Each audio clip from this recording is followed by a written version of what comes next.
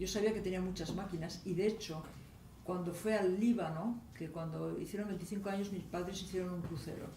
Entonces el Líbano, Beirut, era el París del Oriente Medio y tenía un desarrollo enorme. Entonces era, pues había como lo que hoy llamaríamos el duty free, ¿no? O sea, había, como en Canarias había un comercio más barato de aparatos y de cosas y mi padre pues trajo, me acuerdo, que está en la Filmoteca de Navarra, una cámara que era como un poco mayor que una caja de cerilla, de cigarros, o dos veces una cajetilla de cigarros. Y era una máquina de cine.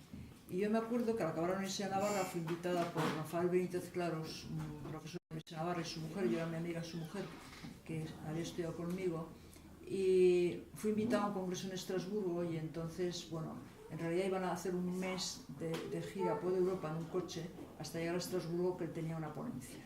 Y me dijo que la acompañara porque yo era buena alumna en literatura y me había ofrecido quedarme en la universidad, una serie de cosas. Entonces mi padre me acuerdo que me dio esta cámara y con esta cámara, por ejemplo, yo filmé, pues probablemente está ahí en la Filmoteca, muchísimas, bueno, de Viena, de Múnich, de Salzburgo, de Italia, de, bueno, pues Francia, muchas cosas. Y recuerdo que cuando volví, pues mi padre me dijo, pues eso, de cortar, de tener los aparatos para ver, ¿no?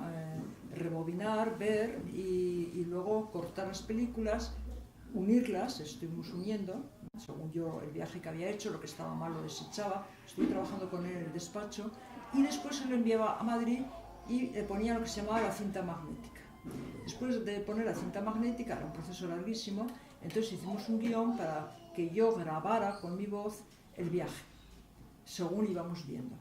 Entonces mi padre, pues eso, le daba la cinta magnética y como estáis haciendo vosotros ahora, pero de una manera muy primitiva, pues íbamos leyendo y me decía, ahora, y entonces yo comentaba lo que estaba viendo en una pequeña pantalla que tenía, ¿no? O sea, una moviola, una especie de moviola en que ibas viendo la película. Entonces yo me acuerdo que aquello pues, me apasionó mucho, yo tenía entonces pues 22 años o algo así, o 23, y bueno, pues me interesó mucho como estar con mi padre trabajando en eso. Me di cuenta hasta qué punto era minucioso, ordenado, y claro, muy técnico, y cómo era un aficionado, nadie le había enseñado, pero compraba revistas y cosas y iba aprendiendo. Es decir, era un estudiante de comunicación audiovisual, pero era autóctono, era autónomo, autodidacta exactamente, y a base de revistas, que tenía muchas, Imagen y Sonido, me acuerdo que era una revista que había entonces en Navarra, pues él iba logrando pues ese legado que hay en la Filmoteca de Navarra, ¿no? Entonces yo le ayudaba a veces, y concretamente ese viaje en otros momentos le ayudó.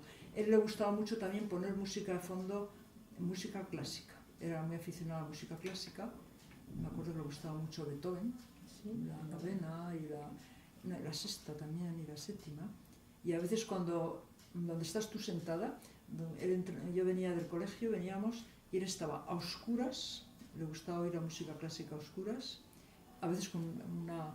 No era, mi padre no bebía, pero a veces estaba con un whisky, me acuerdo, sí, tomándoselo despacito y oyendo música. Bueno, pues luego esa música que oía o seleccionaba y le gustaba, también está incrustada en algunas películas, incrustada en la cinta magnética, ¿no? No todo tiene cinta magnética, pero hay películas que ya había esa técnica que lo utiliza.